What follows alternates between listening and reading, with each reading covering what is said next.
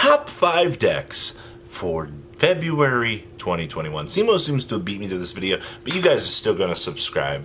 Big old diamond heart, because you guys love me. So what is there to really talk about in this? There's a lot to kind of process out of this, and we are going to be counting Blazing Vortex for all of this. I did say last time we did that we'd make sure that we covered that, so make sure you guys subscribe. And we're going to dig on into the top 5 metagame decks for February 2021, shall we?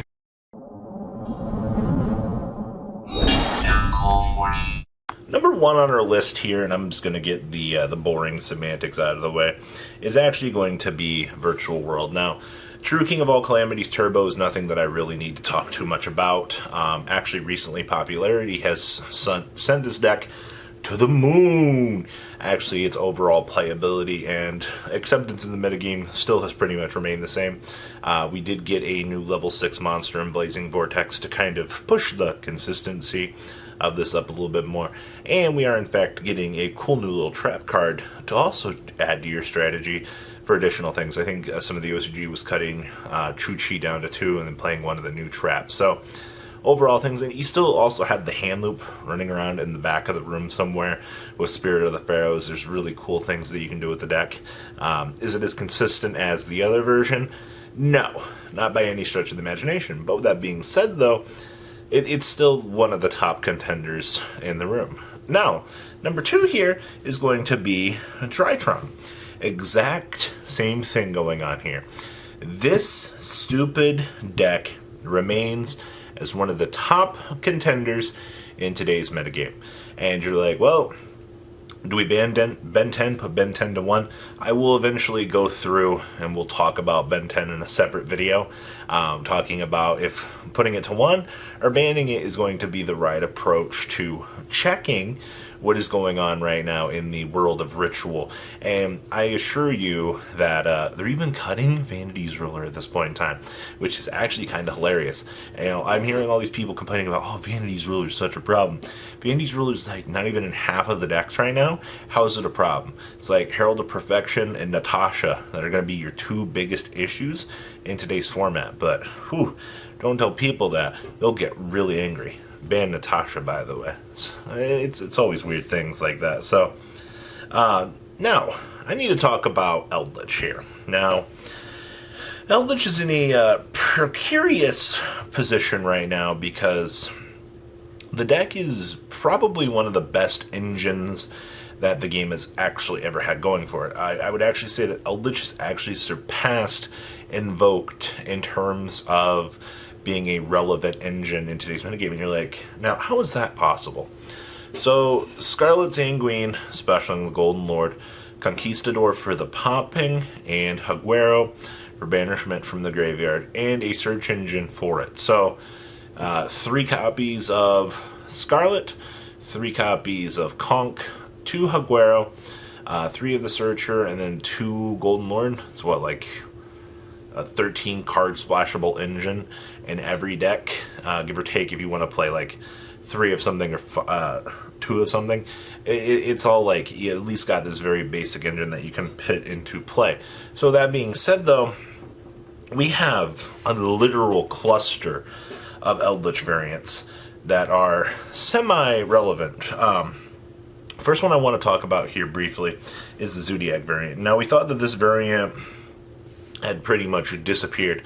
Come the last LCS, it pretty much made a return back to the floor, and everybody was like, really? Out of the Extravaganza recently, the deck did nothing. It's still the king of 1-card engines, and to see it come back in at full force still pushes it at probably the highest seeded variant out of any of them.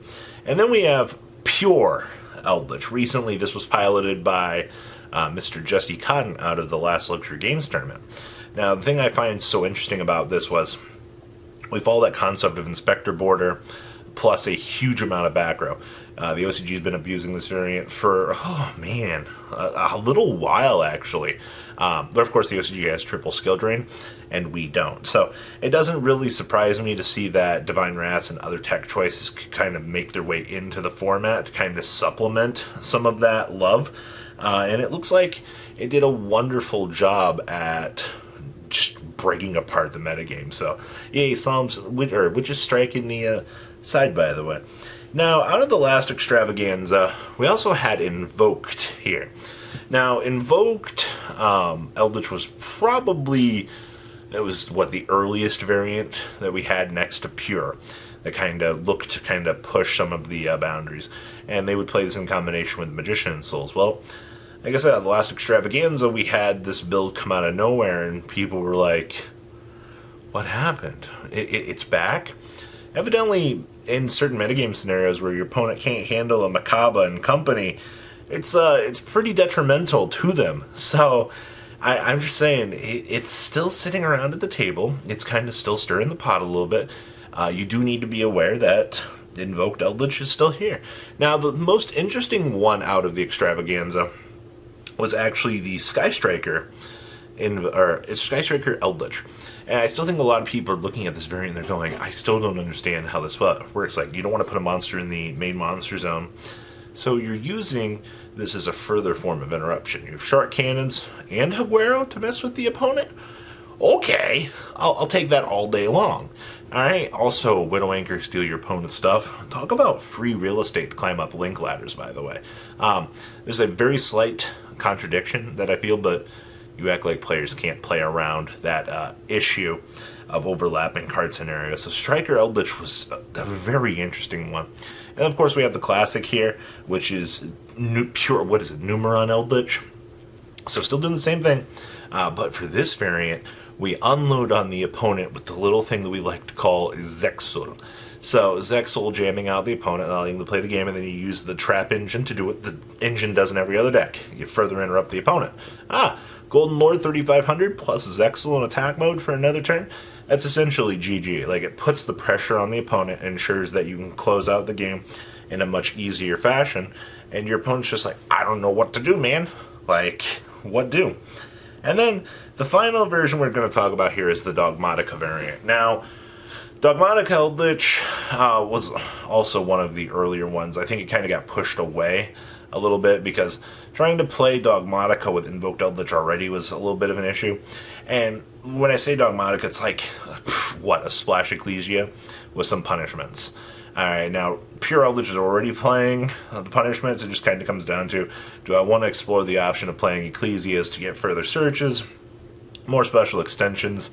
It's up in the air for what you want to do here, but it's still pretty much the same thing. Alright, you're using Ecclesia to further your game strategy and be able to pull things off. So, this overall should not surprise you. Like I said, all the Eldritch variants are still doing the exact same fundamental thing, which is disrupting the opponent through the Eldritch strategy.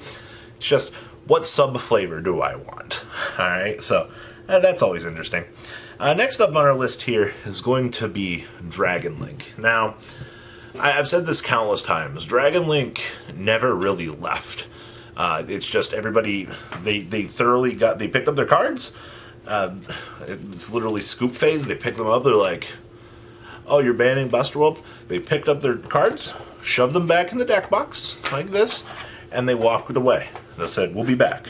Alright, they went to the lab, they started cooking up what I suppose was the new variant, and they came back. They sat back down and said, we're ready for round 2. Alright, better late than never in the format. So, Dragon Link has finally evolved to a consistent amount.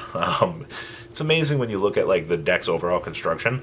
Like, LP just is that busted in this deck, and the fact that they're still able to find new ways to abuse this deck is so very interesting. So, yes, Dragon Link sitting back at the dinner table only after being decimated for an entire format for them to now have to figure out what they're doing. So I'm very happy to see that, yes, Dragon Link is back.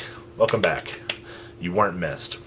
And then the last deck I want to talk about here is going to be Mr. Alistair the Invoker himself. And you're like, you're really putting this so high up? Yes, I am. So, out of the last 2 events, there's been a little bit of a stir for the Invoked engine itself. We had what? I think it was 2 Shaddoll Invoked, and then we had 2 Dogmatika dolls out of the Extravaganza. And then we had the Invoked Eldritch version winning the Last Extravaganza. So you're like, now wait a minute, why is it so high? Well, here's where we look at this right now. Mechaba is a very good card. Depending on the flavor that you want to splice with it, if you want to do dolls with it, you have windows to produce the inconvenience. Dogmaticas give you punishments and stuff to further punish the opponent. The deck is just an overall good backbone to put you in a game-winning position. Now, with that all being said, though, is it really worth it? Yes, it is. I think seeing Invoke coming back into the format at this point in time is a very interesting thing.